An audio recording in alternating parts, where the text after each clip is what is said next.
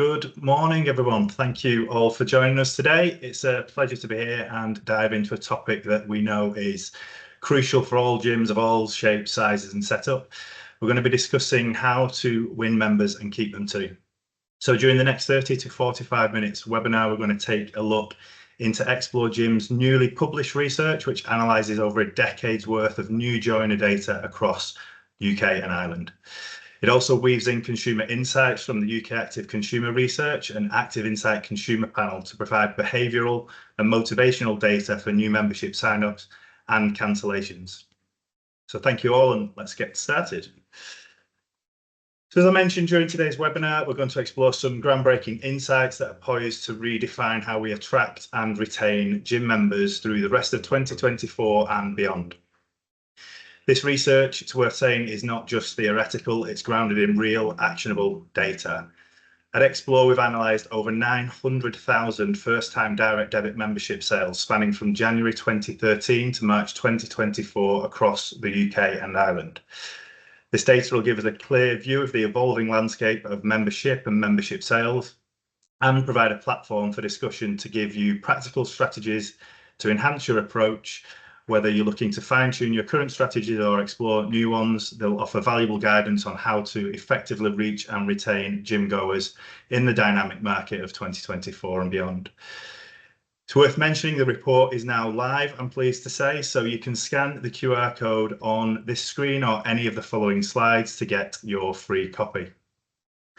We will have a section towards the end for question and answers, but if you do have any questions as we fly through the session today, please feel free to drop them in the Q&A function, and between me and the lovely panelists for today, we will do our best to answer them. So it's now for me to introduce the panelists for today. I'm thrilled to introduce Hattie Jones. She's a leading expert in the fitness and wellbeing sector, currently serves as the Director of Sector Development at UK Active. With nearly a decade of experience at UK Active, Hattie has been instrumental in driving consumer engagement and shaping impactful campaigns such as National Fitness Day and This Girl Can. A dedication to increasing participation in physical activity, particularly among women and families, makes her a perfect fit for today's discussion on winning and retaining members. And another familiar face you may be well aware of is Julie Allen. Julie's Business Development Director at Active Insight, and she is well known for an innovative approach to creating memorable interactive experiences. With a career spanning various roles, they all have a common theme, which is excelling in consumer engagement and partnerships. Her expertise in building sustainable relationships and delivering results make her an invaluable voice for today's discussion. So please join me in welcoming both Julie and Hattie to the panel. And you've got myself. I'm Dave Olstead. I'm the Commercial Director at Explore Gym UK. I lead the team across the UK in supporting our current customers and future customers with the Explore Gym solution. Great. So before we kick off, can you just check in you can hear me okay, Hattie and Jules? Yeah. Yep. Are we all good to go? All good, Dave. Right. So what we've done is we've picked out just some key insights in a report that contains many, but for the purpose of today's discussion, we've just picked out a few. Now, what we're looking at here is the demographic split across the membership base. And we can see over many years what that split has been. Looking at the graph, we can see that millennials peaked across 2016 and 2017 across our membership base, and now we're in decline.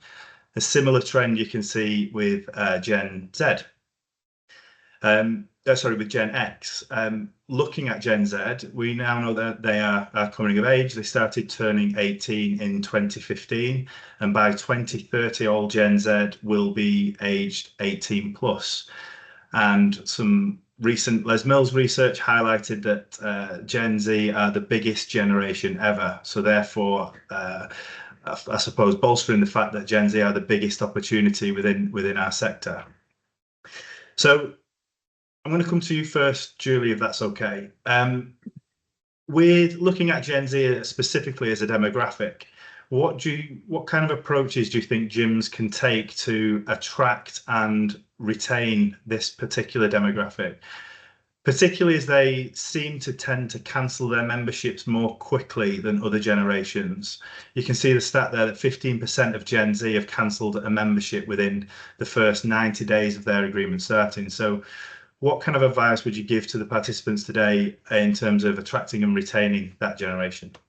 Yeah, thanks, Dave. Well, there's a couple of things. I mean, firstly, the fact that, 15% are cancelling within the first 90 days is obviously a very, very expensive business model, in the sense that cost of acquisition is exceptionally high. And of course, most clubs, most centres, when I'm out there working with them, they want to create a sense of community, a sense of belonging, and have a real atmosphere about them. So one of the first takeaways I would suggest is looking at your social media strategy. We've seen through our consumer insight panel that behind location and cost, a club's atmosphere is really important, both in terms of acquisition, but equally retention. And we know Gen Z are going to be on socials. So again, let's understand where they are and ensure that we are storytelling, which I'm sure Hattie will come on to a bit later, and really representing that demographic and attracting them so that it relates to them as well. So I would be very, very, I'd ensure I was, looking at my social media strategy for sure. The other part, and we'll probably get into this a little bit more as we go throughout today's session, is, for 15% of this generation, Gen Z, to be cancelling within the first 90 days, I said, it's not only just expensive, we need to create a culture where we embrace and encourage feedback. Now, of course, we have got potentially 5 generations in our clubs at the moment. Each generation wants to be engaged with differently. So we need to understand who's coming through our doors and create strategies so we can meet them where they are, but also open up those opportunities for that feedback, for that business intelligence, so we can understand the gaps on expectation and delivery. So that's where I'm going to start today.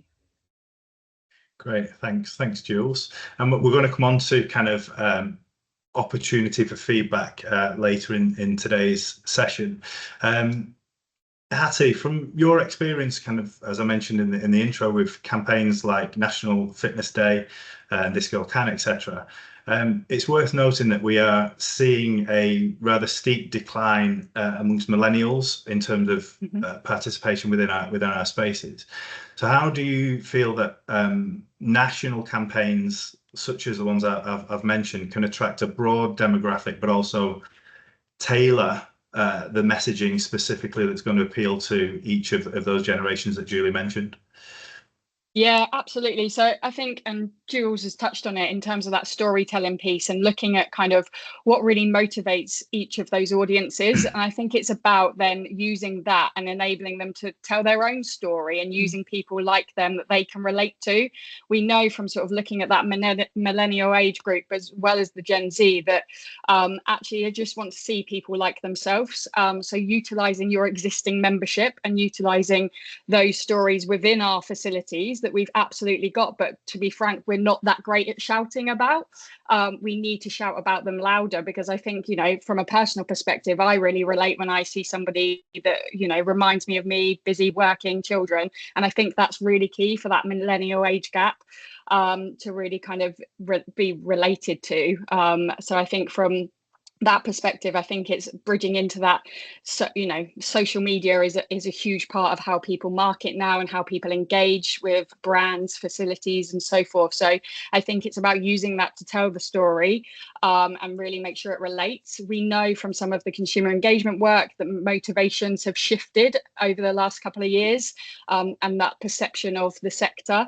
So where before it was, potentially very focused on physical appearance, as well as kind of that narrative that most of us in the sector don't like, that weight loss narrative. Thankfully, it's now shifted, and a lot of it is around kind of motivations around mental health and proving confidence.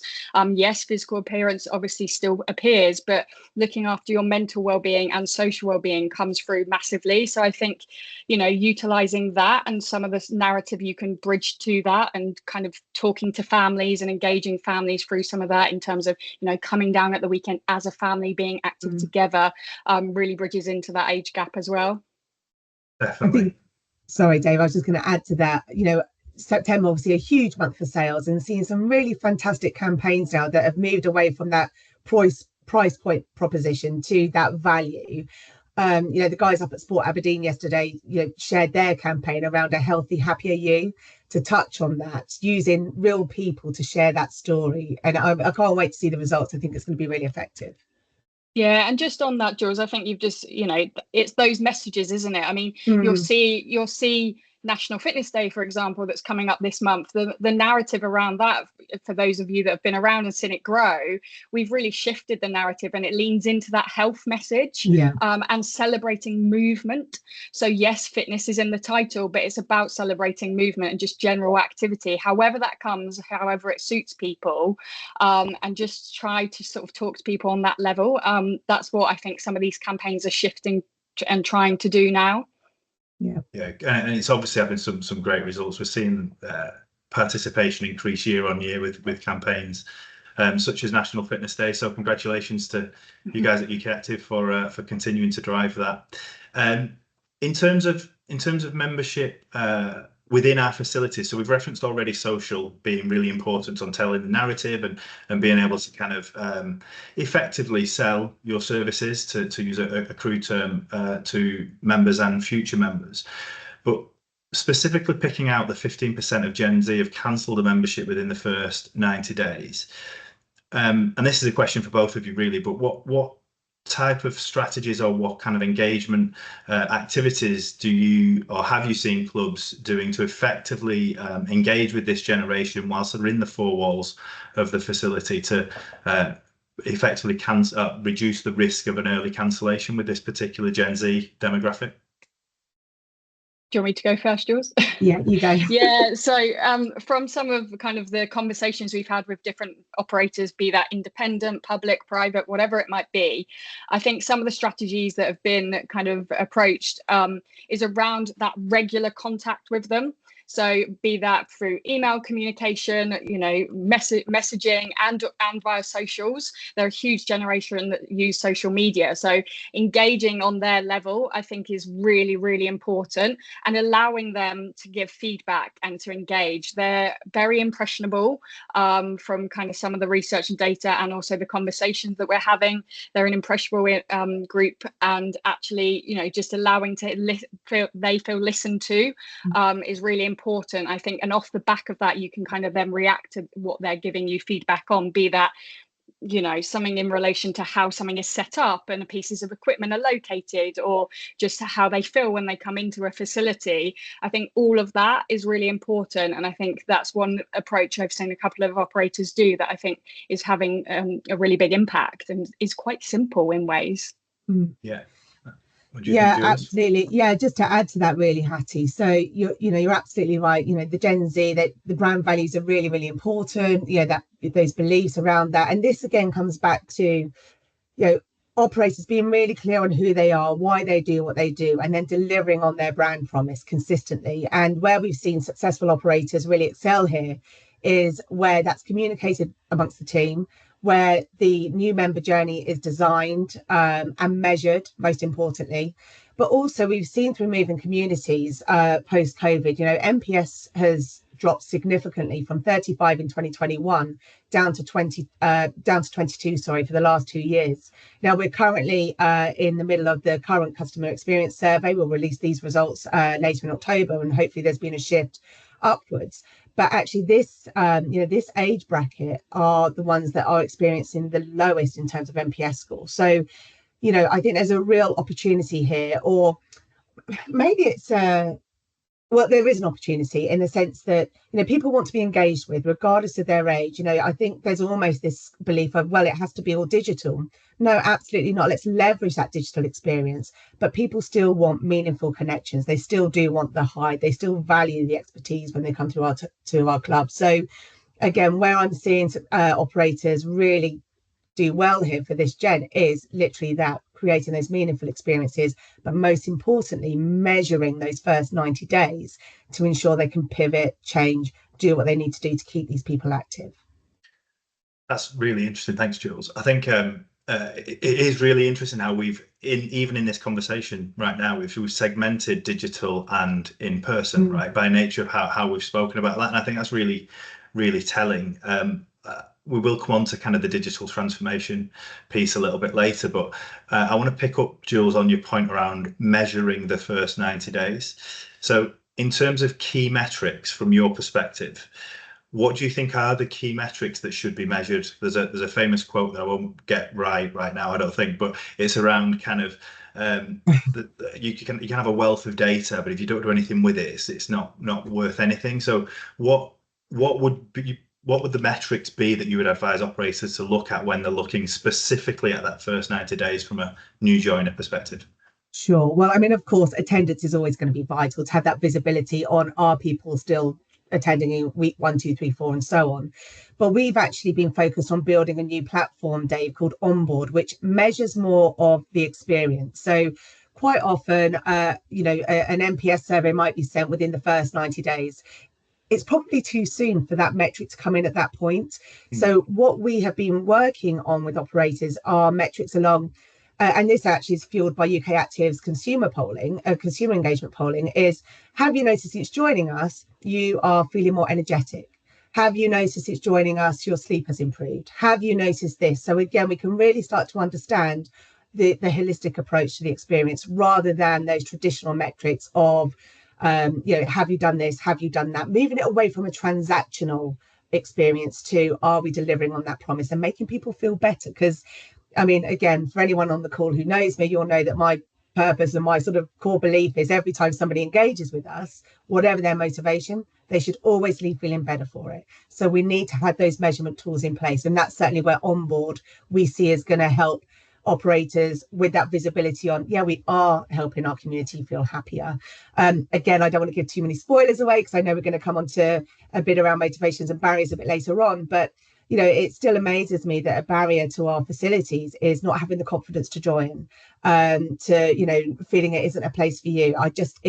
It just absolutely baffles me. So again, the more we can do to create raving fans, those that will score us 9 on 10 on our NPS, our promoters will go out there and break down those barriers for us. Slight tangent, sorry. No, that's to be expected, Jules. I know. We love it though. We love it. So reading between the lines, what you said there, Jules. Obviously, we've got the attendance data, we've got the objective data within utilisation of our services, and we've also got some emotive data about whether it's NPS or whatever other kind of metrics or information we're gleaning. And given my point earlier around digital engagement, digital ways of maintaining the engagement with our consumers, Hattie, I know that. Kind of UK Active digital transformation has been on the agenda for a number of years now. Is there any way of measuring kind of their engagement with you via your digital platforms to effectively bolster that kind of data set that we're looking at?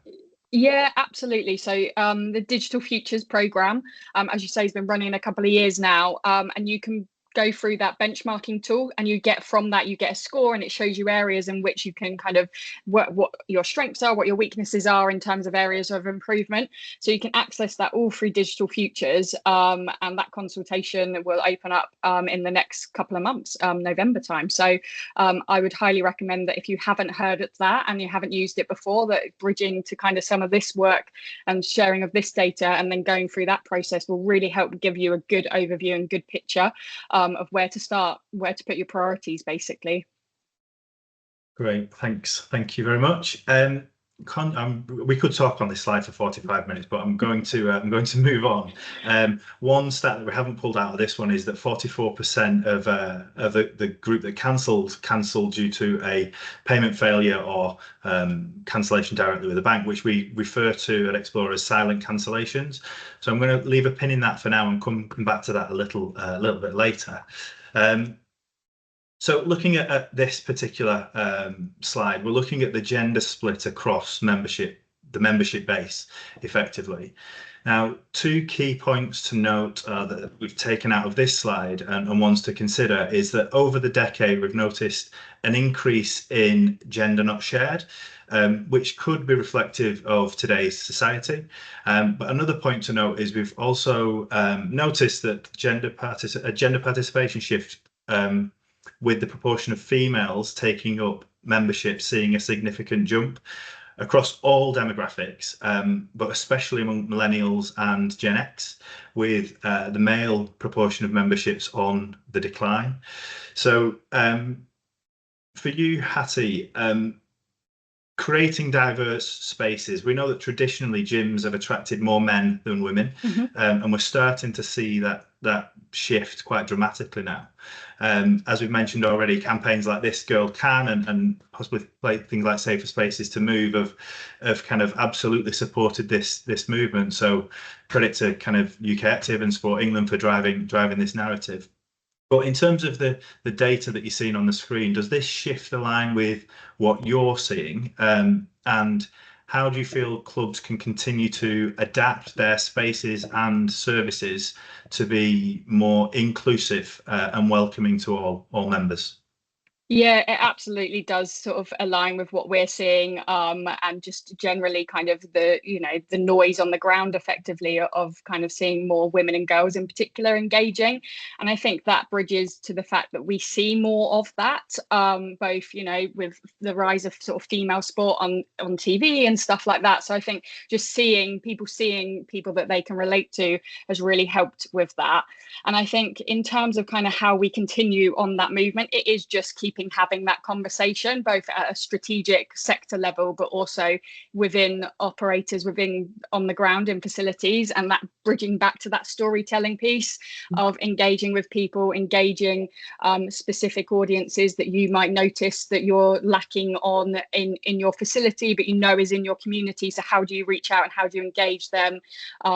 Some of it bridges back to the piece that Jules touched on around feeling uncomfortable and lack of confidence.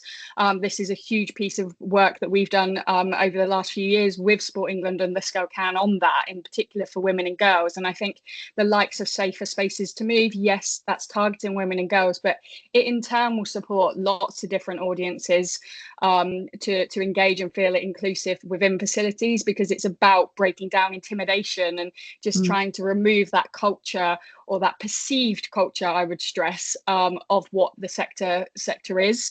I know, for example, Jules and Active Insights done a lot of work on sort of sleepers and and how women in particular are covered by that. So Jules, I don't know if you want to add that in terms of the intention from females in particular. Yeah, no, absolutely. Thanks, Hattie. So a couple of points really. So for this piece of research, we went out to our consumer panel and we asked the question about how did you feel at the moment you were joining, choosing to take out a membership.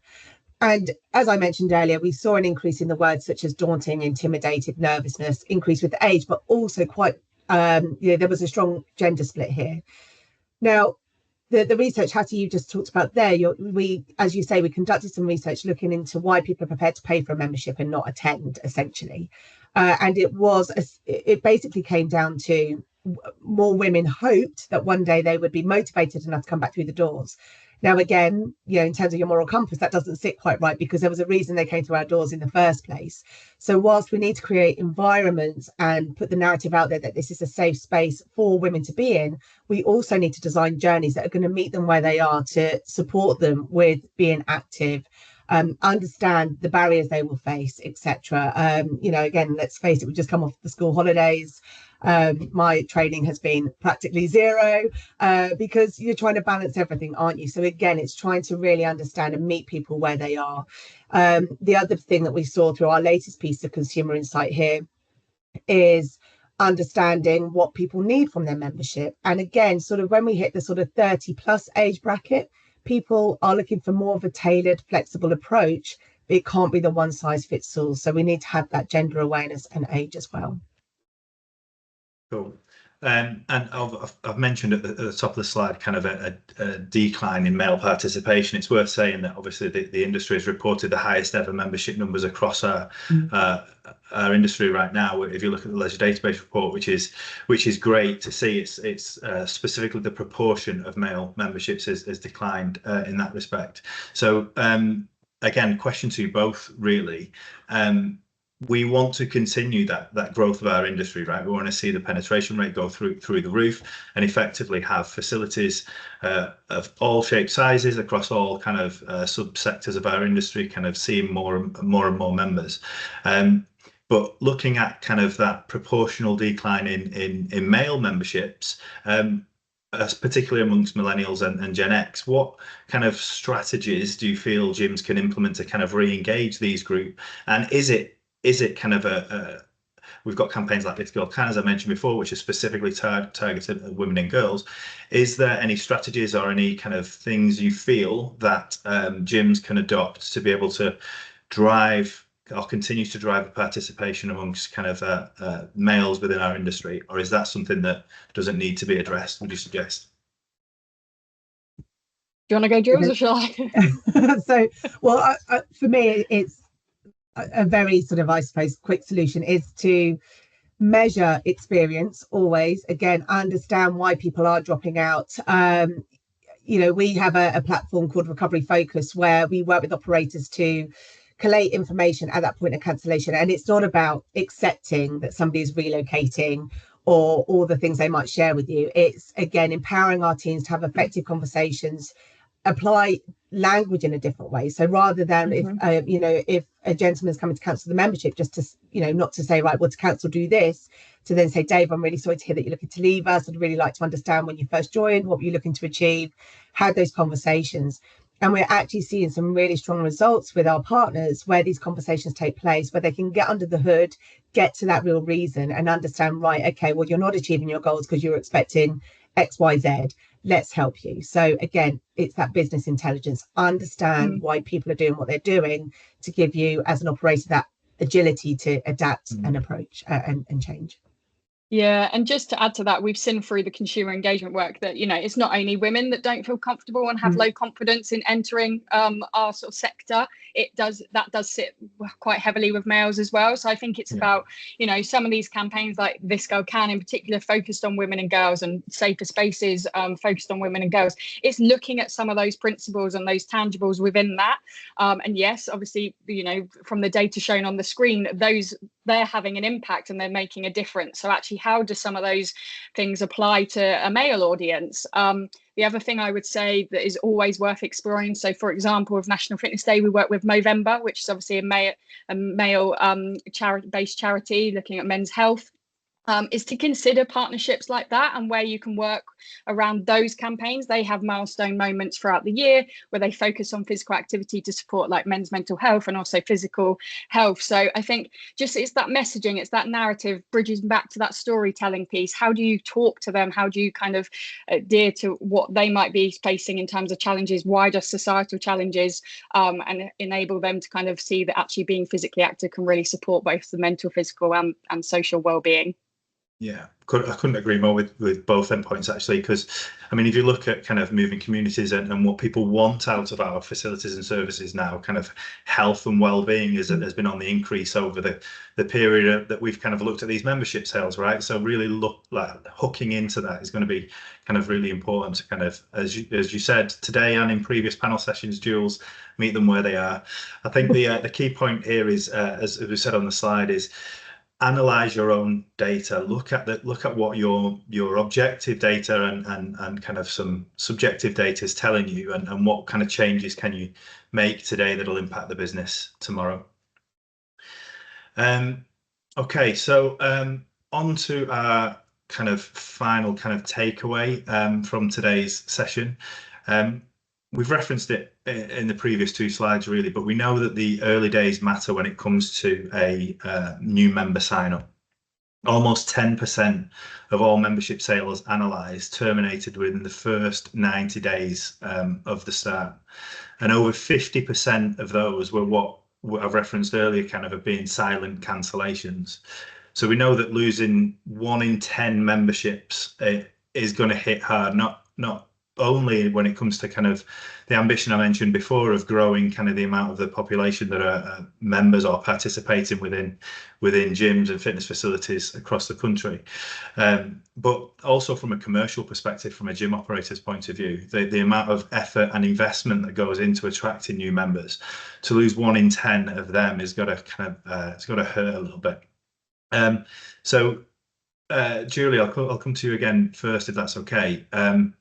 It's worth noting across the period of time that we've analysed these membership sales, I think it's fair to say that gym staffing models have seen a significant shift over that decade, going from kind of obviously 24-hour facilities, unmanned facilities, rent the floor, etc. So with that in mind, what advice would you give to gym operators to effectively minimise the number of cancellations that we see within the first 3 months? And we've touched on it in the first slide today, but what role do you actually see technology playing in kind of supporting this ambition? Yeah, thanks, Dave. So as always, a couple of things. So for those operators that have got minimal teams, budgets, 24-hour, where you're not going to have that presence all the time, then that digital experience is absolutely vital. For those operators who can have that blended approach with where you have got teams that have a presence, we've already talked about moving communities. 36,000 respondents of our community, our customer experience survey from last year, 99% said the most important factor to them was friendly, helpful staff. So if we have teams available, they need to understand that their purpose is to engage with people, to create an experience. We deliver a lot of customer experience roadshows, working with front of house gyms, lifeguards, DMs, all the way through to senior leadership teams. And it all comes back to people understanding that their role is to make people feel engaged, to feel valued, and that they want to keep coming back. So absolutely have that digital presence and have that journey, but that is not there if you have a team to take away your team. If anything, is to give them that opportunity, give them the time not to do the mundane tasks, but to get out there and create those meaningful connections, which we know is really important to people. Yeah. Okay, so riffing on that a little bit, Hattie, kind of in terms of, we mentioned right early on around the narrative, sell your story, kind of get your brand out there, what type of facility will attract people like me effectively, that type of message. But do you think there remains an issue, which would suggest there was one in the first place, so it's a slightly loaded question, but do you reckon there remains an issue within our industry of kind of consumer expectation of what to expect when they join a facility versus the reality of when they're there, and how do we address that? Yeah, I think, and I mean, this is just speaking personally on my views on this. And I think, there's an expectation that when somebody, I think you join a facility, you're going to get that one-on-one PT level investment. And obviously, unless you're paying for a PT, that's not going to happen. So if you're just joining and coming in to use the facility, you're not going to get that. So I think what we need to create, bridging back to Jules's point, is just really well educated workforce from the moment someone walks into that facility, be that someone greeted at reception, that they're really aware and they can put themselves in that person's shoes. I'm thinking, well, I'm aware that some people that enter here are really intimidated or have low confidence. So that overly friendly welcome is paramount. So I think it's about making sure the workforce, we're really well educated across the board, across the facility, in how some of these people feel when they come through the door. And I think it's about engaging from that moment on. And I mean, we've done some of this through some of the projects that we work on, including Safer Spaces to Move. And it's about making sure that, and I liken it all the time. We've all been to school, I think. And recall how you felt that first day of school. And I've just dropped my daughter off at school this morning, entering year 1. So, I know how she's feeling because I've been there. So it's kind of like, how do relate it back to something like that. And that's how that person's feeling. And there's some fantastic people in our sector working on the ground, from reception to cleaning staff to gym floor staff. And it's about, showcasing them, I think, as well. So, use those as your marketing tool, get them talking on socials, train them up from from a personal perspective. Everybody's human. Everybody wants to have someone say hello to them, or well done. It looked like you really put some good effort in there. It's simple stuff like that really goes a long way in that first few months of joining a facility. After that, the community, the wider facility, the wider people using that facility start to build around that person, and you start to feel more comfortable. So that, I don't know if that answered your question or if I went off on a tangent, Dave, but just to add that in. That's all good. Tangents are a theme in today's call, which is, as I said before, to be expected. But looking at the data on the slide, because everything we've discussed really isn't directly relevant, which was the purpose of the conversation, directly relevant to the stats on the slide. Now, I referenced silent cancellations before. Looking at cancellations of membership, specifically kind of in the early days, we know that a large percentage are due to payment failure or payment cancellation, so effectively directly at the bank or similar. Another portion not being the reason not being shared, and then the other two, I think, Julie, you have an opinion on how many people actually do relocate when it comes to the reason that they give to leaving a membership, and then lack of use or time kind of can talk to that expectations not being met perspective. So when we look at when we look at silent cancellation, so effectively a cancellation where we don't have the real reason why somebody has left. I mean, we know that the European Health and Fitness Market Report early in 2024 said that across Europe, 71% of fitness club users desire a digital membership administration tool to be able to manage their own membership personally, rather than having to book an appointment or go to the desk or whatever it might be. But specifically related to cancellations and being able to, as I mentioned on the earlier slide, action on the data that you get. Julie, how important do you think it is to provide a clear and easy cancellation path for members? I know we've butted heads slightly on this in the previous panel, but how important is it to provide that clear and easy path for cancellation? And then what role in capturing the reason for cancellation, what role does that play in improving future expectations from a consumer perspective? Yeah, I mean, I think, we don't want to make it a complicated process. We don't want to make it difficult for people. We don't want it to be a sour moment in the overall experience, which is why I feel very strongly that this moment should be designed in the customer journey. We put a lot of time and emphasis into the sales part, the inquiry handling, the tour, but this moment just seems to be, let's either hand in a form or just email and let's not have that conversation. Yeah. Gathering that insight at this point is part of an overall jigsaw. You should have a number of tools that are measuring experience, and I know I'm slightly repetitive here, but from onboarding throughout the journey, so you're understanding the trends, you're understanding what's going on, and this is another part of that overall CX management suite, if you like, that should be part of your day-to-day operations. Again, quite often an objection I'll have, objection might be a bit too strong, a concern I suppose is, we don't really want to have this conversation, but it is like objection handling from a sales perspective. And if worst case scenario somebody is genuinely relocating, then you have an opportunity to potentially delight them and just say, well, actually, I know there's a wonderful facility at such and such, I'm sure they'll be ready to welcome you. And you have a chance to say thank you and goodbye. And hey, who knows, if they move back to your area, then they might choose you rather than a competitor. So again, it's that whole experience rather than it just being a quick, let's just give it to them.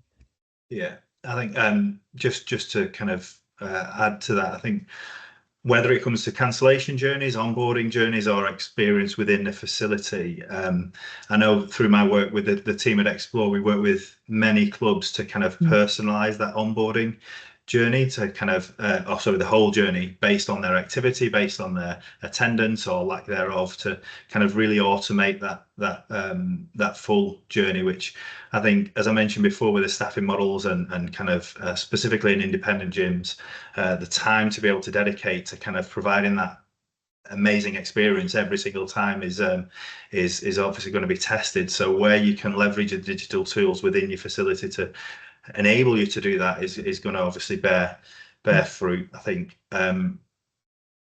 So yeah, I think for me that's where the role where digital can absolutely enhance that experience, as you mentioned earlier, Jules. I'm really conscious of time. As I said, we could have spent 45 minutes on the first slide, so I think we've done well getting through 3 in 40.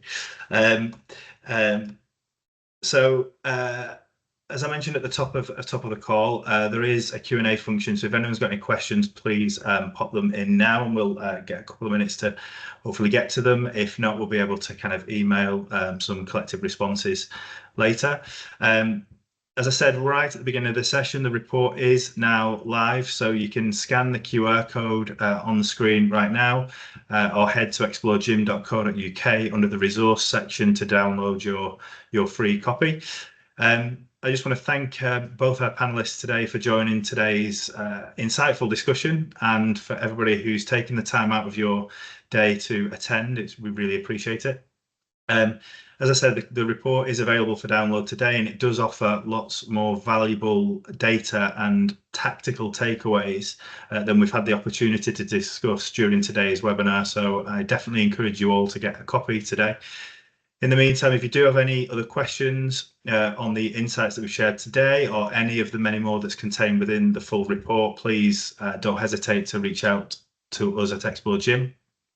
We're passionate about empowering fitness businesses with tools and technology needed to meet the demands of today's market. So whether it's enhancing member satisfaction or improving retention, or even streamlining operations with digital solutions, we're here to support you in every step of the journey. So thanks again for joining, and we look forward to seeing you all soon.